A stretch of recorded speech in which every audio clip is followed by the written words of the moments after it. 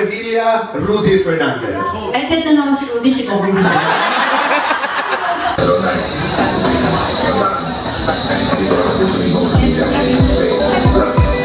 Siyempre, nandito yung thank you, may dear ako. Kung Lani Revilla, palapakan po natin. Huwag nila pong re-regaluhan ng bagay, dapat cash mo ibibigay mo. Kasi pag bagay po, lagi nang nire-recycle nila. Tapos yung misis ko po, ang birthday lang dahil June 3. So nagtataka po, last year, dumating sa bahay, pagkagang may padalang cake, dedication sila yun sa iba ko. Pagbukas ko, nakasulat doon, kay Lolit, happy birthday, mahal ka namin, yung natuloy din.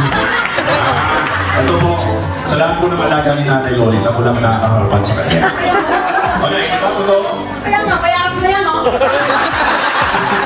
It's nice to see family here in this very room. Wala pa naman natin sa inyo. Si Ngayon is full of heart. Punong-puno yan ng pag-ibig. Kahit ano sabihin ng tao, na siya'y matali at kung ano ba. She is really full of love. At puro puso talaga mayroon si Ngayon. Kahit ano pang sabihin ng mga friends niya na big fan ladies niya. But anyway, Nay, happy birthday. Ay, pasalamat lang. Maraming kumamahal sa iyo. At ako yung number 1 na nagmamahal sa iyo.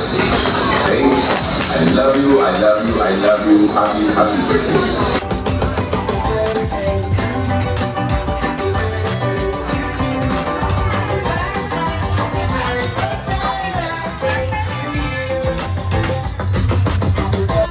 Ano ang pinakamabuting bagay na nagawa ko para sa akin?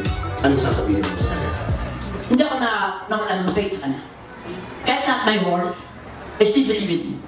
Di ba? Yun lang. Kaya siguro na-survive ko lahat. Kasi hindi na wala yung faith ko kay God. Maraming happy birthday. Maraming salamat.